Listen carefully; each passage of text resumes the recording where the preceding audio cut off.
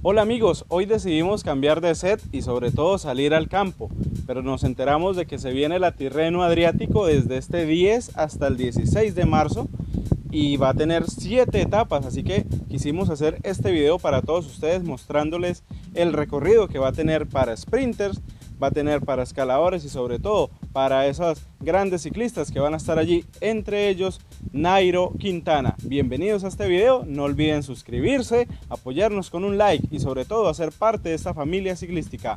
Vamos con el video. Es la 56ª edición de la carrera de los dos mares, la Tirreno Adriático, que tendrá 7 etapas para esta edición 2021, donde tendremos desde comienzo ya de la primera etapa grandes emociones y sobre todo la oportunidad de ver a los grandes velocistas que allí van a tener en territorio italiano la oportunidad de mostrar lo grandes que son y sobre todo esas grandes emociones y sobre todo también la posibilidad de comenzar este 2021 con la victoria. Y es que tenemos ya la etapa número 1 que la estamos viendo, este es el perfil. El escenario se divide en 2 circuitos, los primeros 90 kilómetros. La ruta cubre 3 vueltas al circuito de Monte Pitoro, aproximadamente 24 kilómetros, subiendo desde Stiava y descendiendo hasta Camoire. Después de la tercera pasada allí por este circuito, la ruta toma 3 vueltas casi completas en un circuito grande y plano de 29 kilómetros que va desde Pietrasanta hasta Lido Camoire en dirección al sprint final en Lido Camoire. Los kilómetros ya finales que va a tener la etapa número 1 son perfectamente llanos y rectos, solo 2 curvas en la parte final.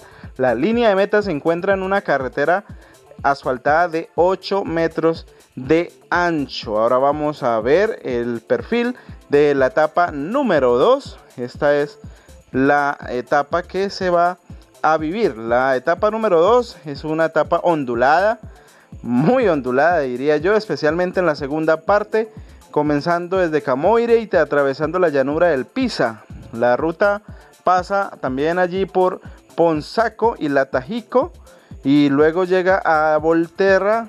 Además va a tener una área que atravesar por Siena. La etapa presenta algunas ondulaciones suaves y sobre todo también pronunciadas a través del sector de Rosia, pasando por el muro de Carciano y de Monticiano.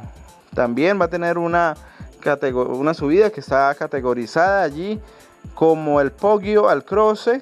Más allá también en la llanura de la abadía de San Galno va a tener este paso la ruta dirigiéndose hacia Chiusdino. Por primera vez el Tirreno Adriático va a pasar por esta localidad.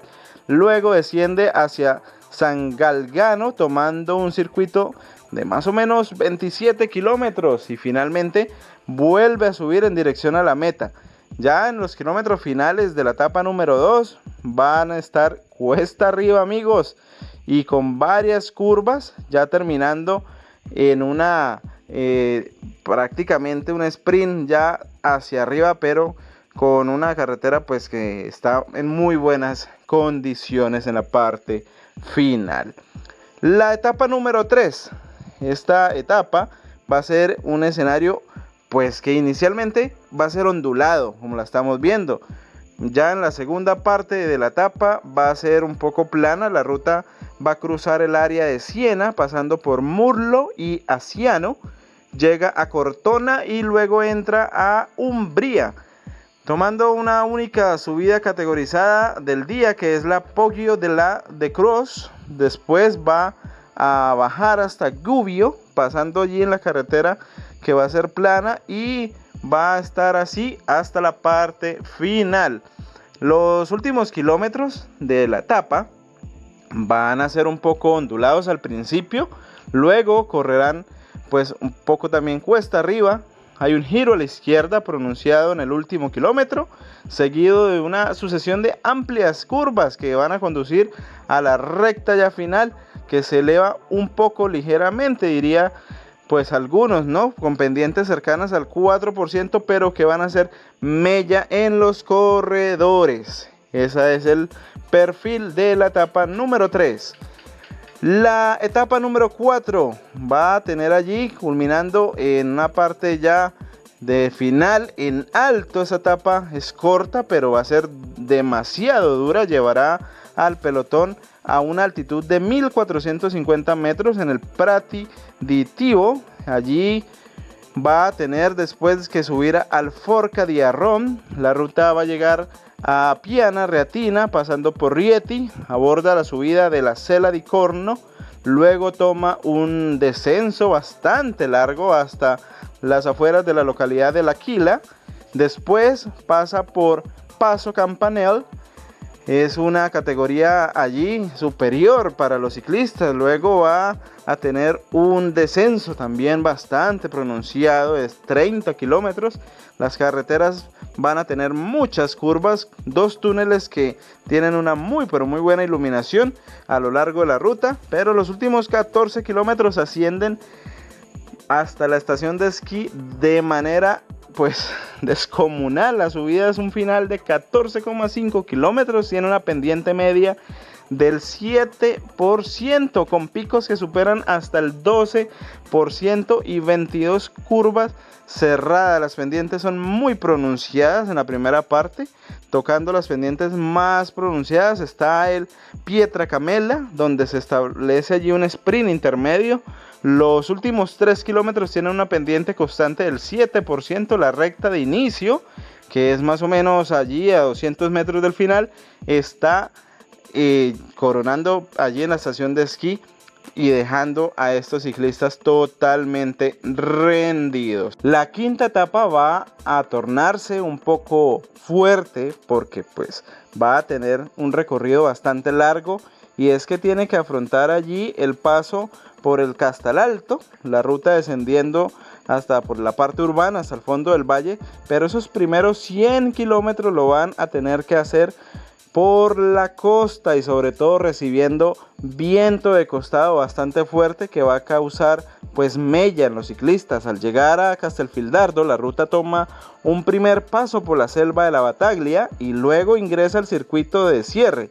Este va a ser cubierto allí por 4 pasos a este circuito, aproximadamente 23 kilómetros, en una sucesión de subidas y bajadas, un columpio completo con solo un tramo corto y llano, aproximadamente en la mitad. El primer muro, allí donde se va a otorgar el COM como tal, va a ser de alrededor del 18% en tramos largos en la parte final. Los kilómetros finales de esta etapa van a ser de manera ondulada, de forma continua, con pendientes que van a pasar siempre por encima de las 2 cifras de porcentaje. Y pasando allí por San Rochetto, el último kilómetro de Castelfidardo es en la parte urbana, bastante complejo, obviamente con cuidado, pues ya la ruta asciende allí y va a estar marcada obviamente por carreteras urbanas. La etapa número 6 vamos a tenerla allí.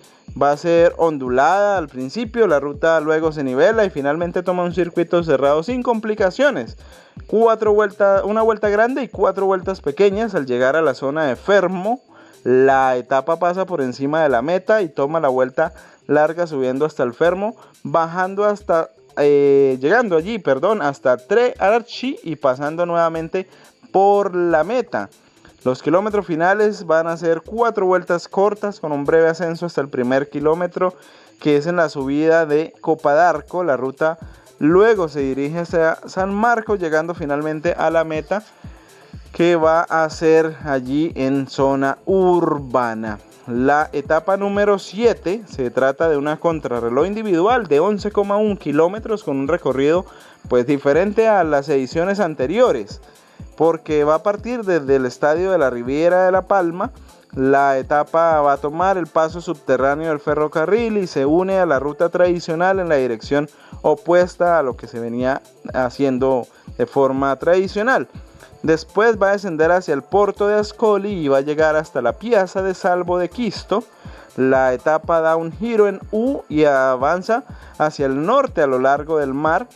La ruta también va a formarse brevemente a la carretera opuesta desde el kilómetro 6 pasando por el puerto, y también va a pasar hacia Grotamare, rodeando el antiguo estadio, y luego continúa hacia el sur en dirección a la meta. La etapa se va a desarrollar principalmente en carreteras asfaltadas, pues anchas y rectas, allí como se acostumbra en Italia.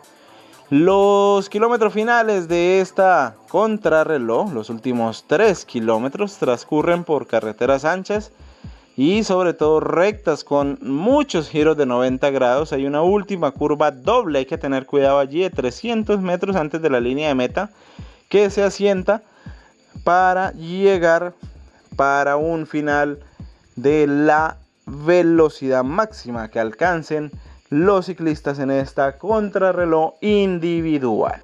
Espectacular, es lo único que podemos decir sobre la Tirreno Adriático 2021, y aquí en Biciglifos vamos a tener todos los resúmenes de esas 7 etapas, así que no te lo pierdas. Suscríbete, activa la campanita de notificaciones y sobre todo, haz parte de esta familia ciclística. Mi nombre es William Porras y nos vemos en la Tirreno Adriático y mañana con el comienzo de la Étoile de Bessèges, la Estrella de Bessèges 2021, con la participación de los colombianos Egan Bernal y Rigoberto Urán. Chao, chao.